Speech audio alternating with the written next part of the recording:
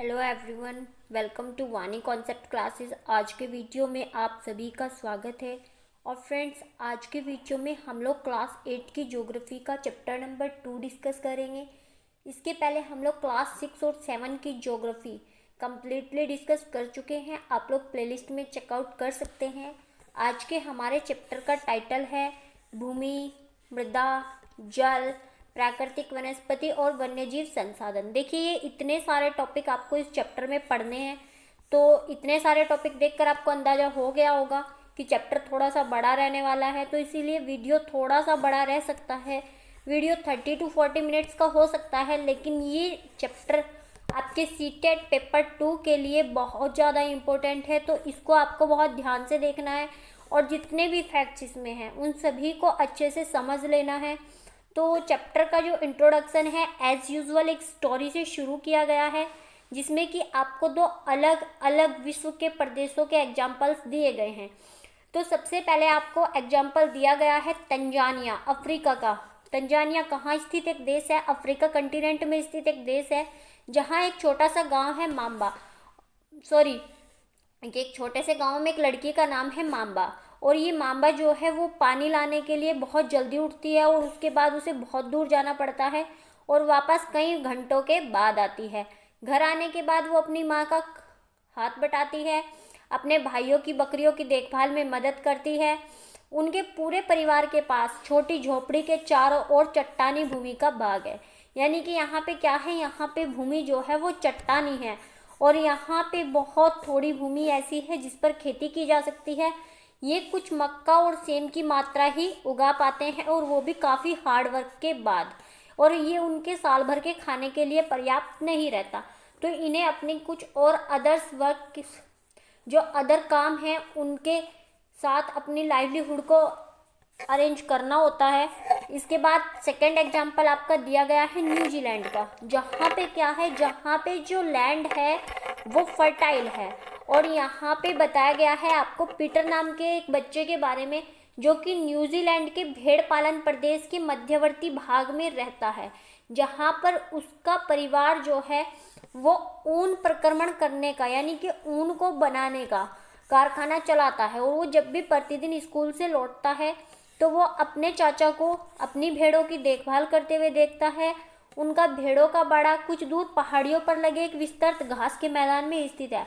आपने क्या देखा कि जो आपकी माम्बा है वो एक चट्टानी प्रदेश में रहती है जहाँ पर फर्टाइल लैंड की कमी है, लेकिन पीटर न्यूजीलैंड में रहता है जहाँ पर फर्टाइल लैंड जो है वो पर्याप्त मात्रा में है और वहाँ पे घास के मैदान भी हैं।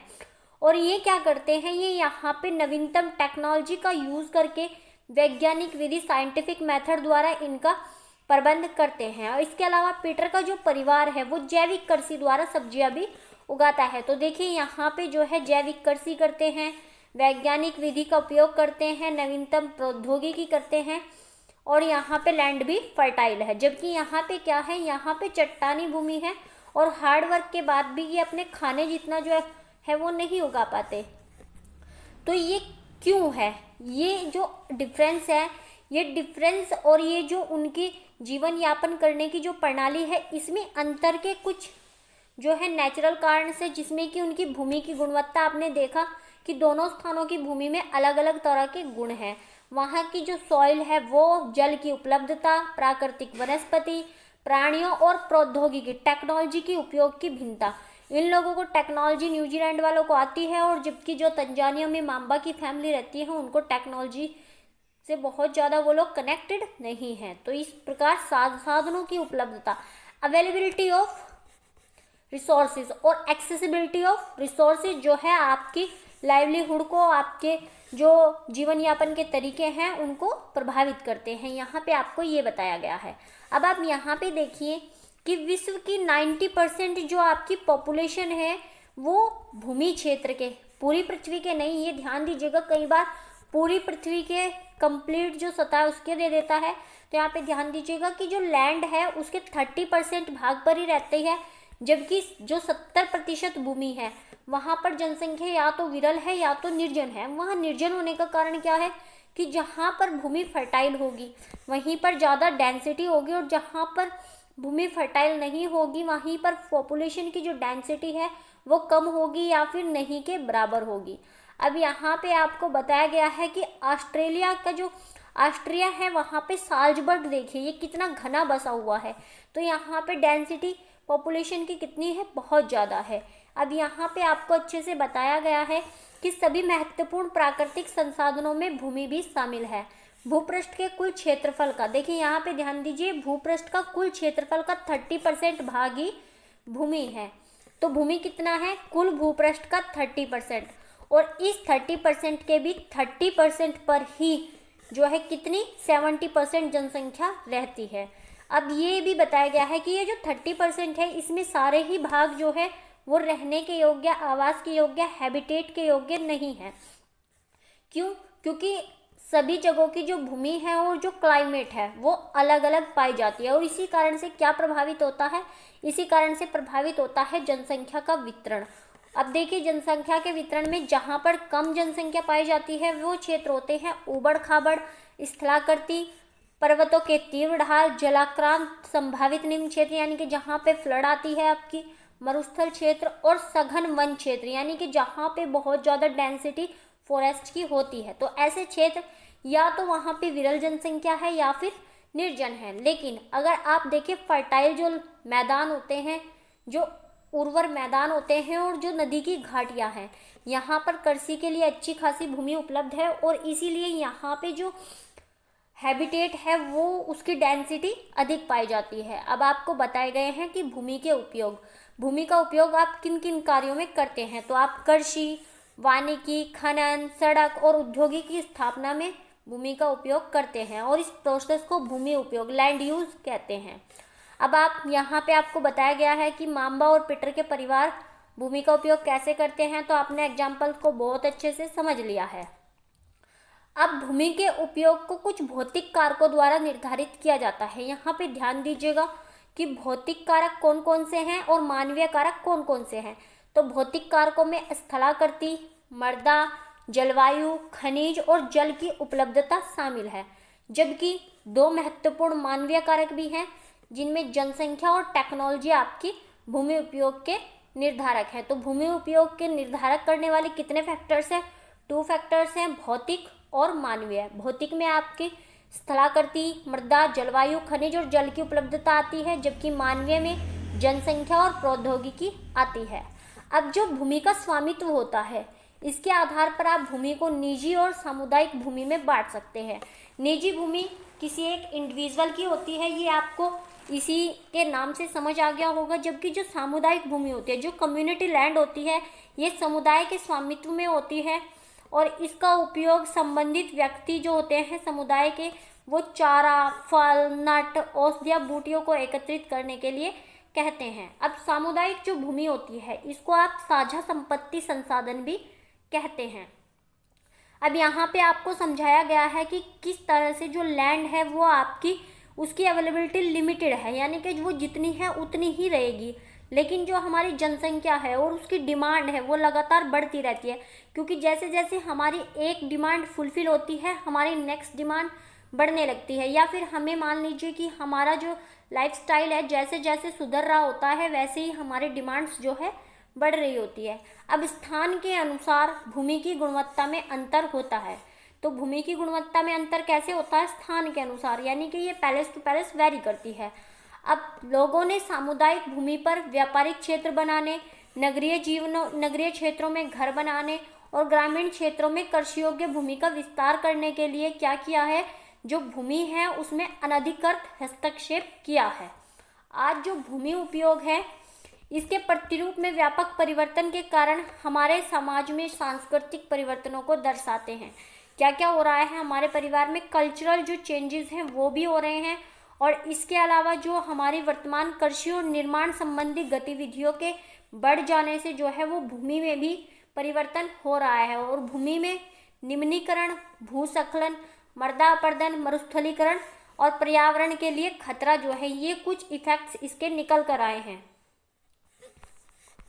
अब यहाँ पे आपको चित्र दिखाया गया है कि कैसे पहले हरा भरा था, फिर जो है टेक्नोलॉजी आई, थोड़ा सा विस्तार बढ़ा, फिर ऐसे, और अब देखिए यहाँ पे ये पूरा पॉपुलेशन से हरा पॉपुलेशन से घिरा हुआ एरिया बदल गया है। तो भूमि उपयोग में समय के अनुसार और डिमांड के अनुसार परिवर्तन होता रहता है। अब यहाँ पे भूमि संसाधन और इसका संरक्षण कैसे करें, तो बढ़ती हुई जनसंख्या और इसकी बढ़ती हुई मांगों के कारण वन भूमि और कृषि योग्य भूमि का बड़े पैमाने पर विनाश हुआ है। यानी कि कृषि योग्य भूमि भी इससे घटी है और वन भूमि भी घटी है। और इससे क्या हुआ है, इससे प्राकृतिक जो संसाधन है, नेचुरल रिसोर्सेज है, इनके खत्म होने का डर हो गया है और इसीलिए विनाश की वर्तमान दर को अवश्य रोकना चाहिए। अब हम इसको कैसे रोक सकते हैं, इसको रोकने के लिए हम वन रोपण कर सकते हैं, भूमि का उद्धार कर सकते हैं और रासायनिक जो कीटनाशक हैं या उर्वरक हैं उनको हम विनियमित रूप से उपयोग कर सकते हैं, या फिर अतिचारण जो पशुओं को चराते हैं बहुत ज़्यादा, इस पर भी रोक लगाकर हम भूमि का संरक्षण कर सकते हैं। अब आपको भूमि के अलावा मृदा के बारे में समझना है। तो मृदा क्या होती है, मृदा जो है वो पृथ्वी के पृष्ठ पर दानेदार कणों की आवरण की पतली परत। देखिए क्या होती है, भूपृष्ठ पर दानेदार कणों के आवरण की पतली परत मृदा कहलाती है और ये भूमि से निकटता से जुड़ी हुई है। स्थल रूप मृदा के प्रकार को निर्धारित करते हैं। तो क्या निर्धारित करते हैं मृदा के प्रकार को, स्थल रूप। यहाँ पे ये चीज आपको ध्यान देनी है कि क्लाइमेट वगैरह मृदा के प्रकार को बाद में इफेक्ट करते हैं, सबसे पहले स्थल रूप इसको डिसाइड करते हैं। जैसे मृदा का निर्माण चट्टानों से प्राप्त खनिजों और जैव पदार्थों से होता है। यहाँ पे हम इसको बाद में देखेंगे, पहले इसको देख लीजिए कि तथा भूमि पर पाए जाने वाले खनिजों से होता है। और ये कैसे बनती है, ये बनती है अपक्षय की प्रक्रिया के माध्यम से। तो आपसे पूछा जा सकता है कि मृदा का निर्माण किस प्रक्रिया से होता है, तो ये अपक्षय प्रक्रिया से होता है। यहाँ पे आपको ध्यान देना है कि मृदा का निर्माण कैसे हुआ है, चट्टानों से और उसमें पाए जाने वाले खनिजों से, और अपक्षय की प्रक्रिया द्वारा निर्माण होता है। और खनिजों और जैव पदार्थ, यहाँ पे ध्यान दीजिएगा, खनिज और जो आपके ह्यूमस होते हैं उसके सही मिश्रण मृदा को उपजाऊ बनाते हैं। तो यहाँ पे आपको मृदा के बारे में ये सारी चीज़ें ध्यान रखनी है। अब यहाँ पे आपको बताया गया है कि 1 सेंटीमीटर मृदा बनने में करोड़ों वर्ष का समय, सैकड़ों वर्ष का समय लग सकता है, करोड़ों का नहीं सैकड़ों का। अब ये अपक्षय की प्रोसेस क्या होती है, आपने ये तो देख लिया कि अपक्षय की प्रोसेस से मृदा का निर्माण होता है। तो तापमान परिवर्तन, टेम्परेचर जो चेंज है, तुषार क्रिया, पौधों, प्राणियों और मनुष्यों के क्रियाकलाप द्वारा अनावृत सेलों का टूटना या क्षय होना, जो आपके चट्टान हैं उनका टूटने से जो है वो मृदा का निर्माण होता है। अब आप यहाँ पे देखिए मृदा परिच्छेदिका, इसको हम कहते हैं सॉइल प्रोफाइल, यानी सॉइल का जो निर्माण है वो कैसे कैसे हुआ है। तो सबसे पहले यहाँ पे देखिए स्टैंडर्ड बुक्स में हालांकि इसके प्रोसेस को 5 पार्ट्स में डिवाइड किया गया है, लेकिन एनसीईआरटी ने अभी इसको अपडेट नहीं किया है। इनके अनुसार ये प्रोसेस 4 स्टेप्स में ही होती है। तो इसका सबसे पहले स्टेप में ये जनक सेल होती हैं या जनक चट्टानें होती हैं, इनको हम कहते हैं रॉक्स। उसके बाद ये क्या होती हैं, ये अपक्षित होकर चट्टानी पदार्थ, ये जो है ये अपक्षय हो जाता है। फिर अपक्षय होने के पश्चात यहाँ पे बालू, गाद और कले के साथ जो है ये सब सोइल का निर्माण होता है। और इसी सब सोइल के ऊपर जो है ह्यूमस मिलने से क्या होता है, ह्यूमस और वनस्पति मिलने से ऊपरी मृदा का निर्माण हो जाता है। तो आपसे कई बार पूछा जाता है कि मृदा परिच्छेदिका के क्रम को व्यवस्थित कीजिए। तो आप यहाँ पे मृदा परिच्छेदिका के क्रम को ध्यान रखेंगे कि सबसे पहले क्या होता है, सबसे पहले होती है आपकी पेरेंट रॉक, जिसको हम कहते हैं जनक चट्टान। फिर उसके बाद क्या होता है, उसके बाद होता है वेदर्ड रॉक मटेरियल, जो कि अपक्षित चट्टानी पदार्थ होता है। फिर उसके बाद ये बालू, गाद, कले और उसके बाद ह्यूमस और वनस्पति के साथ ऊपरी मृदा का निर्माण होता है। तो ये यहाँ पे आपने समझ लिया है। अब यहाँ पे आप देखिए मृदा निर्माण को प्रभावित करने वाले कारक। अब इसमें आपको मैच द फॉलोइंग मिल जाता है, और जब भी इससे क्वेश्चन बना है, मोस्ट ऑफ द स्टूडेंट्स ने इस क्वेश्चन को रॉन्ग किया है क्योंकि ये क्वेश्चन थोड़ा सा हार्ड हो जाता है।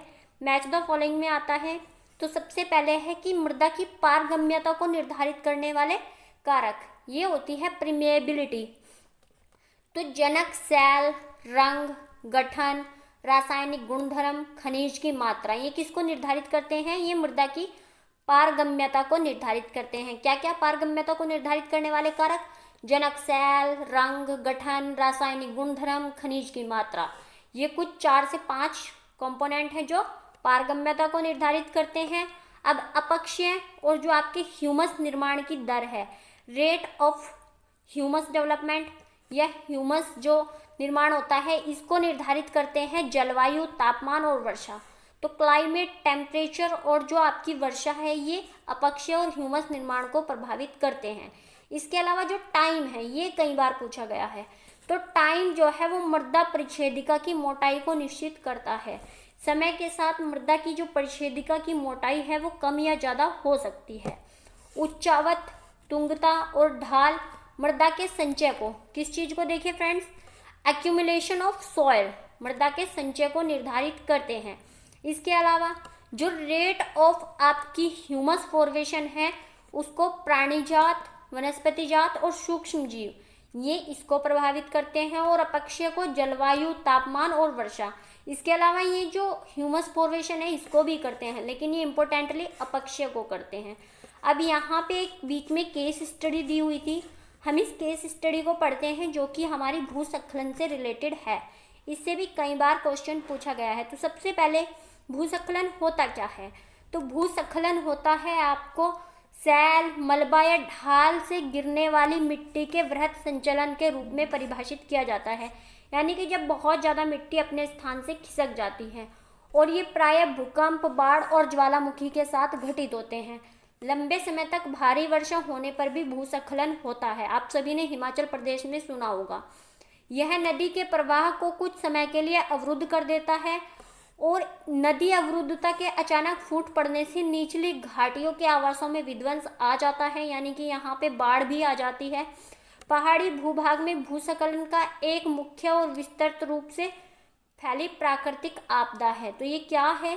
ये एक प्राकृतिक आपदा है, और जो कहाँ पे, पहाड़ी भूभाग में मुख्यतः आती है, जो प्राय जीवन और संपत्ति को आघात पहुंचाती है और चिंता का एक विषय है। अब यहाँ पे एक केस स्टडी दी गई है हिमाचल प्रदेश की।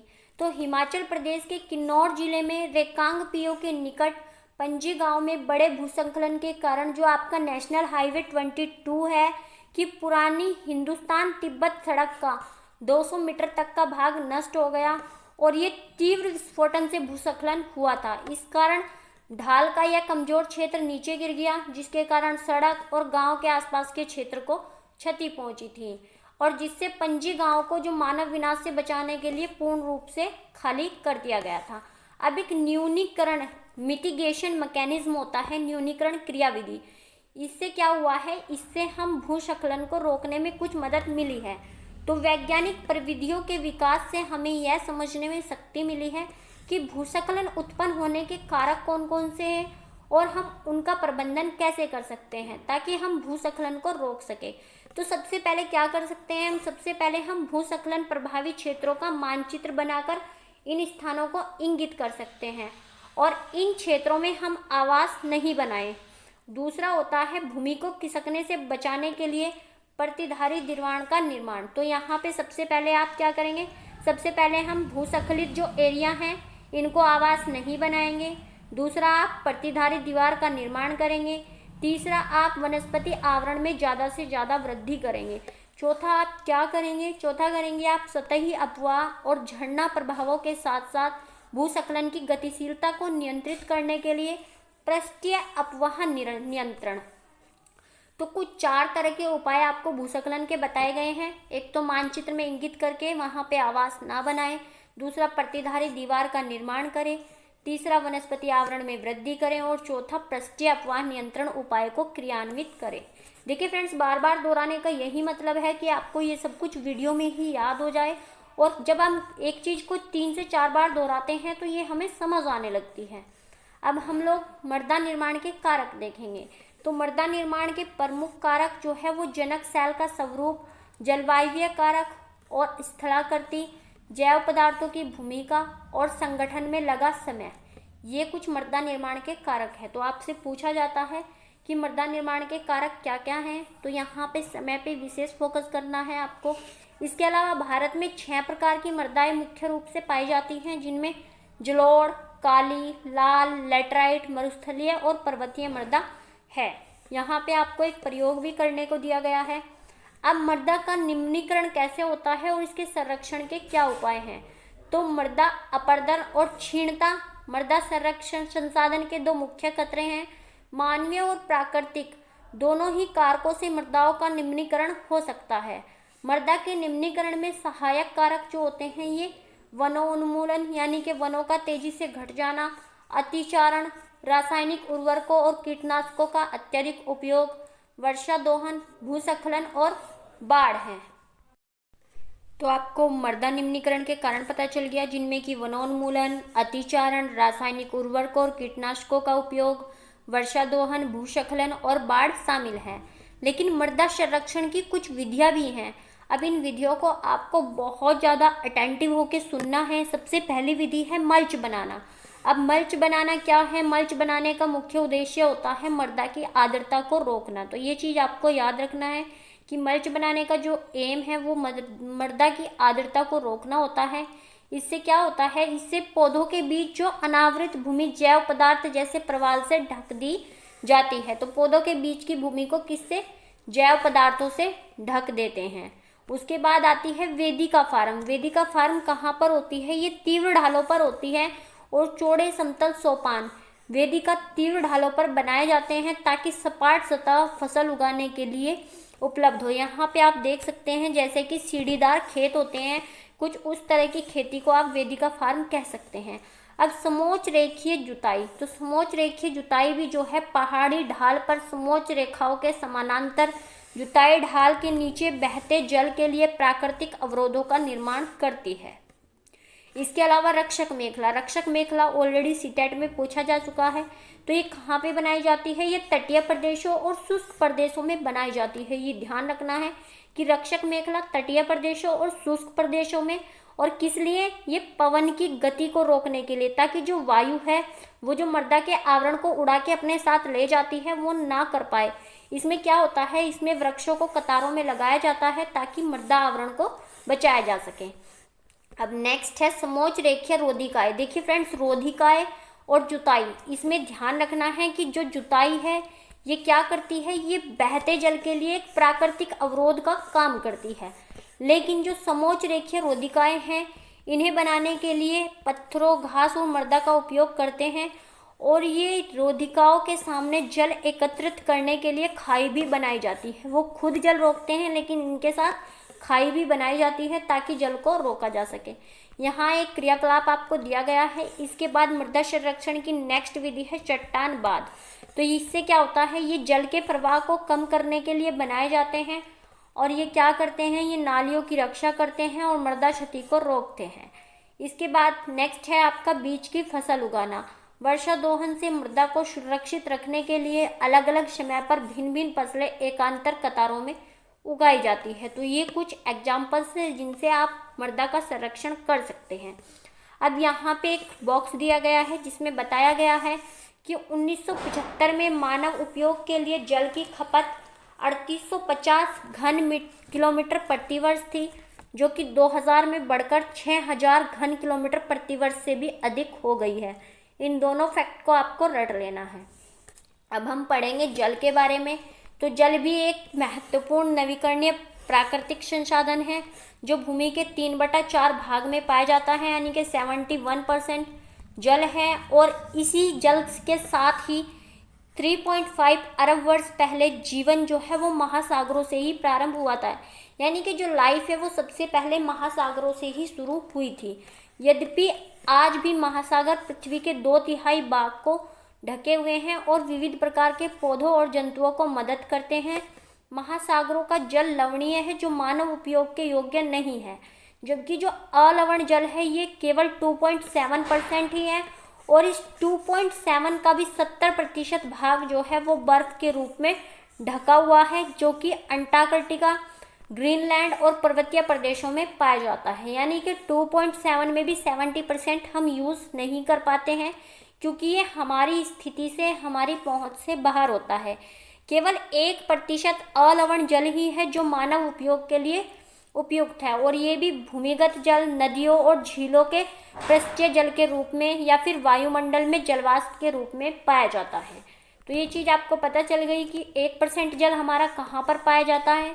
अब यहाँ पे एक आपको चार्ट दिया गया है जिसमें एक व्यक्ति के लिए प्रतिदिन के जल का खर्च बताया गया है, जो कि 150 लीटर का लगभग है। अब अलवण जल जो है वो पृथ्वी का सबसे अधिक मूल्यवान पदार्थ है। तो पृथ्वी का सबसे अधिक मूल्यवान पदार्थ क्या है? अलवणीय जल। और इस जल को ना तो बढ़ाया जा सकता है ना ही घटाया जा सकता है, क्योंकि इसकी कुल मात्रा स्थिर रहती है।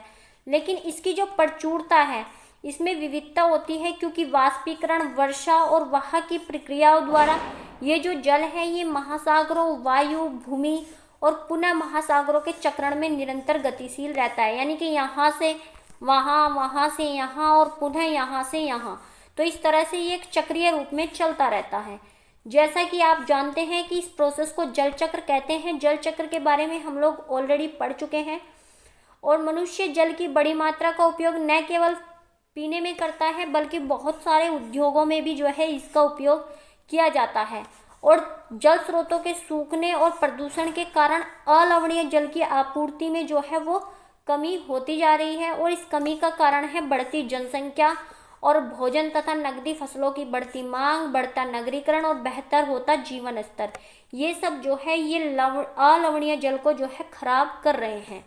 अब आपने यहाँ पे सुना होगा कि आपने जल बाजार, तो जल बाजार ये सौराष्ट्र प्रदेश में स्थित है। आपसे पूछा जा सकता है कि जल प्रदेश या जल बाजार कहाँ है, तो ये सौराष्ट्र में है।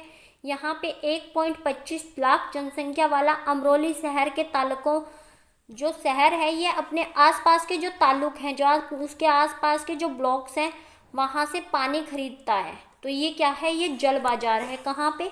सौराष्ट्र प्रदेश में। अब जल उपलब्धता की समस्याएं, तो कहाँ कहाँ पर जल जो है उपलब्धता की समस्याएं हैं?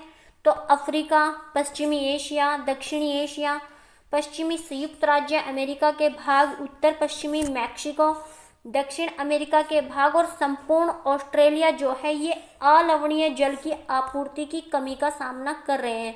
यानी कि लगभग पूरे विश्व में जो है वो अलवणीय जल की कमी है।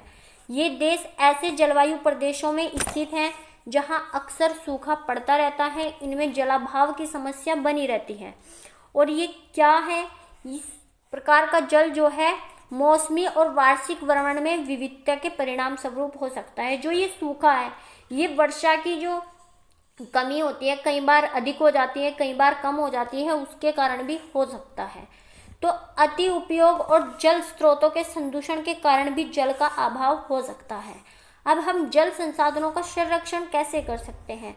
तो हम जल संसाधनों का संरक्षण सबसे पहले तो जो हमारी नदियां हैं, इनको प्रदूषण से बचाकर कर सकते हैं। आज विश्व में शुद्ध और पर्याप्त जल स्रोत तक पहुंचना एक बड़ी समस्या बन गई है। इस क्षीण होते संसाधन के संरक्षण के लिए हमें नए कदम उठाने चाहिए। हालांकि एक नवीकरणीय संसाधन है, फिर भी जो इसका अति उपयोग है और प्रदूषण है, इसे उपयोग के लिए अनुपयुक्त बना देते हैं। और जो इसमें आंशिक रूप से शोधित वाहित मल है, कृषि रसायन है, और जो औद्योगिक जो कारखाने हैं उनके द्वारा जो जल जो है प्रदूषित छोड़ा जा रहा है, ये सब कुछ इस जल को दूषित कर रहे हैं। इसमें शामिल नाइट्रेट धातुएं पीड़कनाशी जल को जो है वो प्रदूषित कर रहे हैं। और इससे क्या हो रहा है? इससे निम्नीकरणीय होने के कारण जल द्वारा मानव शरीर में बहुत सारी बीमारियां जो है वो आ रही हैं। तो हम क्या कर सकते हैं? हम इसको जल निकायों में छोड़ने से पहले उपयुक्त विधि द्वारा शोधित करके छोड़ सकते हैं। इसके अलावा वन और अन्य वनस्पतीय आवरण जो है वो धरातलीय प्रवाह को मंद करते हैं और भूमिगत जल को पूरित करते हैं। यानी कि वनों की जड़ों में जो जल पहुंचता है वो धीरे धीरे रिस रिस कर भूमि में पहुंच जाता है। जल संग्रहण पृष्ठीय प्रवाह को बचाने की दूसरी विधि है। अब जल रिसाव को कम करने के लिए खेतों में सिंचित करने वाली नहरों को ठीक से पक्का करना चाहिए। दूसरा, रिसाव और वाष्पीकरण से होने वाली जल क्षति को रोकने के लिए क्षेत्र के स्प्रिंकलरों से सिंचाई करना। देखिए यहाँ पे देखिए फ्रेंड्स, इस चीज़ को ध्यान रखना है कि जल संग्रहण पृष्ठीय प्रवाह को बचाने की दूसरी विधि है। अब हम जल संग्रह को कैसे कर सकते हैं?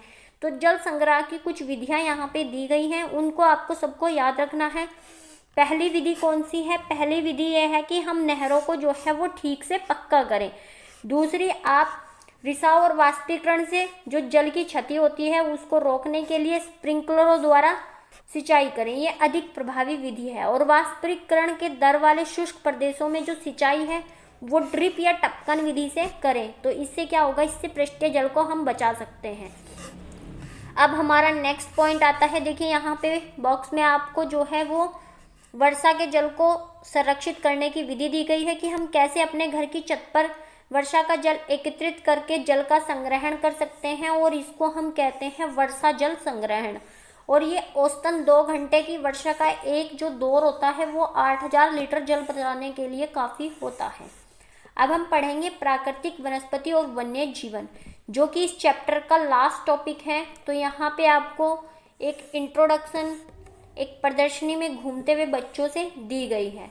अब हम यहाँ से देखेंगे कि जो प्राकृतिक वनस्पति है और वन्य जीवन है, और केवल स्थलमंडल, जलमंडल और वायुमंडल के जो संक्रमण का क्षेत्र होते हैं उसको हम जैवमंडल कहते हैं। ये हम ऑलरेडी पढ़ चुके हैं कि जैवमंडल किसे कहते हैं। तो जैवमंडल जहाँ पे स्थलमंडल, जलमंडल और वायुमंडल तीनों मिलते हैं उस क्षेत्र को हम जैवमंडल कहते हैं।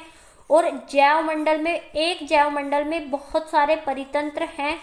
तो जगह जगह पर हमारे जैवमंडल में बहुत सारे परितंत्र हैं। परितंत्र क्या होते हैं, जो एक दूसरे पर जीवित जातियों की जो निर्भरता होती है, और इस जीवन आधारित तंत्र को हम परितंत्र कहते हैं। अब यहाँ पे एक चीज़ आपको दी गई है जो सब कॉम्पिटिटिव एग्जाम्स में लगभग पूछी गई है, कि भारतीय उपमहाद्वीप में जो पशुओं का उपचार करने के लिए डाइक्लोफिनेक, एस्प्रिन और इब्रोप्रोफेन जैसे पीड़ानाशी का उपयोग किया जाता है। इसको खाने से गिद्ध जैसे अपमार्जक की जो किडनी है वो खराब हो गई थी और ये विलुप्त अवस्था में पहुंच गए थे। हालांकि अब इनके संरक्षण के प्रयास किए जा रहे हैं। ये आपसे यूपीटेट वगैरह में भी पूछा गया है कि ऐसी कौन सी दवाई है जिसके कारण गिद्ध अपनी विलुप्त अवस्था में पहुंच गए हैं। तो ये डाइक्लोफिनेक, एस्प्रिन और इब्रुप्रोफेन जैसी दवाइयाँ हैं। अब यहाँ पे ब्रह्म कमल को दिखाया गया है जो कि एक औषधीय बूटी है।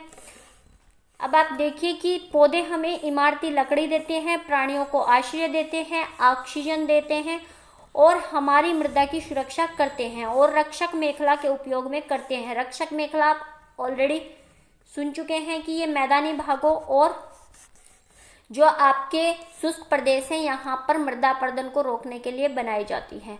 भूमिगत जल के संरक्षण में भी, संग्रह में भी सहायता करते हैं। अब यहाँ पे बहुत सारी चीज़ें जो हमें इनसे प्राप्त होती हैं वो बताई गई हैं। अब यहाँ पे देखिए कि वन्य जीवन के अंतर्गत जो आपके जंतु, पक्षी, कीट और जलीय जीव आते हैं वो हमें दूध, मांस, खाल, ऊन ये सब कुछ देते हैं। मधुमक्खी जो हमें शहद देती है ये फूलों के परागण में भी मदद करती है और क्या करती है, और ये अपघटक के रूप में भी कार्य करते हैं। इसके अलावा चिड़िया भी एक अपघटक के रूप में कार्य करती है क्योंकि ये बहुत सारे कीटों को खा जाती है। इसके अलावा गिद्ध जो है ये एक अपमार्जक है जो कि पर्यावरण को शोधित रखने में हमारी मदद करता है, यानी ये पर्यावरण के संशोधन में सहायक होता है क्योंकि जो सड़े गले पदार्थ हैं उनको ये खा जाता है। अब प्राकृतिक वनस्पति का वितरण, तो प्राकृतिक वनस्पति का वितरण जो है वो वनस्पति की वृद्धि मुख्य रूप से तापमान और आर्द्रता पर निर्भर करती है। इसके अलावा जो विश्व की वनस्पति है इसके मुख्य प्रकारों को हम 4 भागों में डिवाइड कर सकते हैं, जैसे वन, घास स्थल, गुल्म और टुंड्रा। अब वन जो है वो वन पाए जाते हैं जहाँ पे वाटर और लैंड की अवेलेबिलिटी ज़्यादा होगी, जैसे कि भूमध्य रेखा प्रदेशों में आपको वन देखने को मिलेंगे और यहाँ पे विशाल वृक्ष उग जाते हैं जहाँ पे जल जो है वो प्रचुर मात्रा में होता है। जैसे जैसे आर्द्रता कम होती है वैसे वैसे वृक्षों का आकार घटता जाता है, उनकी डेंसिटी कम हो जाती है, और जहाँ पे आर्द्रता कम होती है वृक्षों का आकार छोटा होता है और उनकी डेंसिटी कम होती है, वहाँ पे बनते हैं हमारे घास स्थल।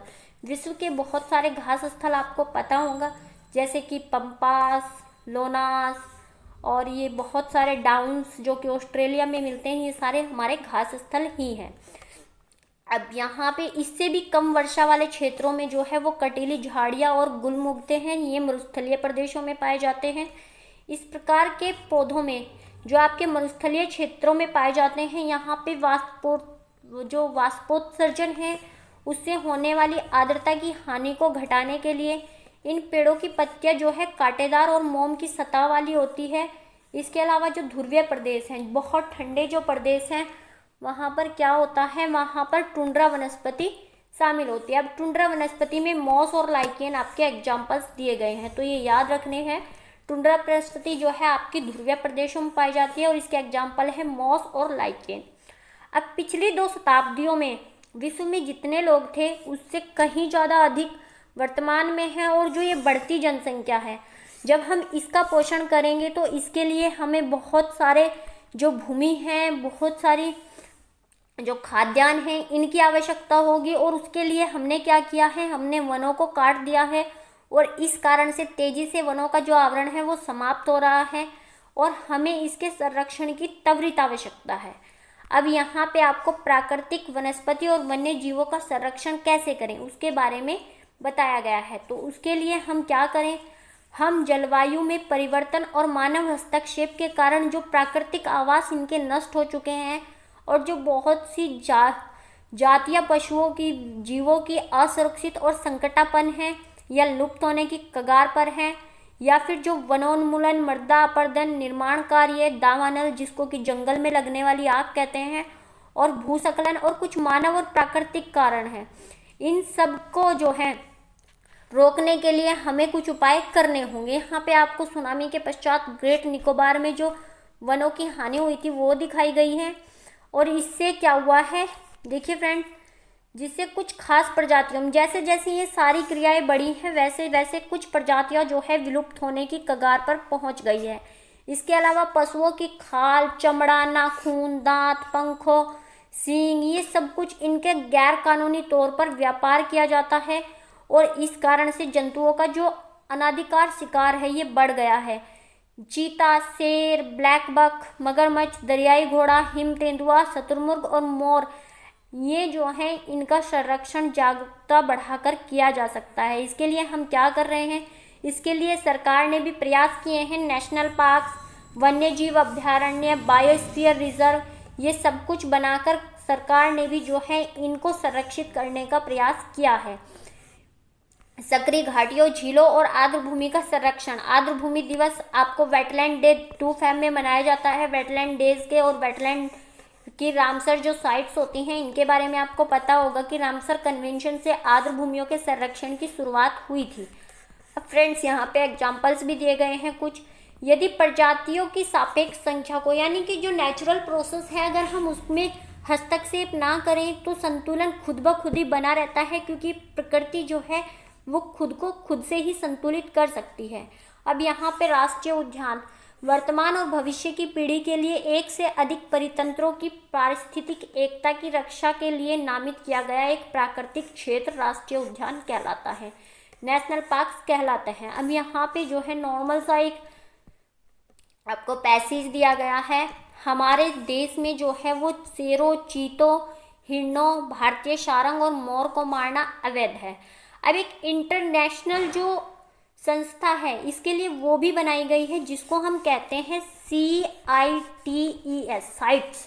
तो इस साइट्स को आपको याद रखना है। इसकी फुल फॉर्म है the convention on international trade in endangered species of wild flora and fauna. ये याद रखना है साइट्स की फुल फॉर्म, क्योंकि आपसे पूछी जा सकती है। ये पहले नहीं था, ये अभी ऐड किया गया है। तो इसके बारे में नीचे से डिटेल में भी दिया गया है। पहले हम देख लेते हैं कि इसकी स्थापना की गई है। इसने क्या किया है, इसने एक सूची तैयार की है प्राणियों और पक्षियों की, और इनके व्यापार पर प्रतिबंध लगाया गया है, और पौधों और प्राणियों का संरक्षण प्रत्येक नागरिक का कर्तव्य है, ये इसका कहा गया है। अब यहाँ पे जैव मंडल, नीचे बायोस्फीयर रिजर्व क्या होते हैं, तो ये वैश्विक नेटवर्क द्वारा रक्षित क्षेत्रों की एक श्रृंखला है जिसे संरक्षण और विकास के बीच संबंध को प्रदर्शित करने किए जाने के इरादे से बनाया जाता है। तो इसको हम क्यों बनाते हैं, इसको संरक्षण और डेवलपमेंट के लिए बनाते हैं, जबकि राष्ट्रीय उद्यान जो है वो प्राकृतिक क्षेत्र होता है जो कि परितंत्रों की पारिस्थितिकी एकता के लिए होता है। इन दोनों डिफरेंसेस को आपको याद रखना है। अब आप साइट्स के बारे में देखिए।